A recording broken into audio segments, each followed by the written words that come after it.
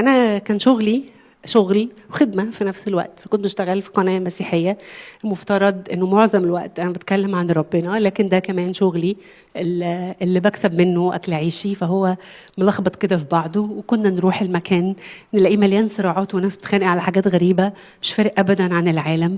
وأنا ساكنة في الرحاب، فالطريق من الرحاب لمدينة السلام بيمر بطريق السويس، طريق الدائري، وبعدين ننزل في مدينة السلام. شارع الترولي ده حاجة صعبة جدا جدا، شارع مكسر طول عمره كده. كنت طول الوقت في الطريق أقول له أنت بطيء، فيرد عليا يقول لي أهو أنت.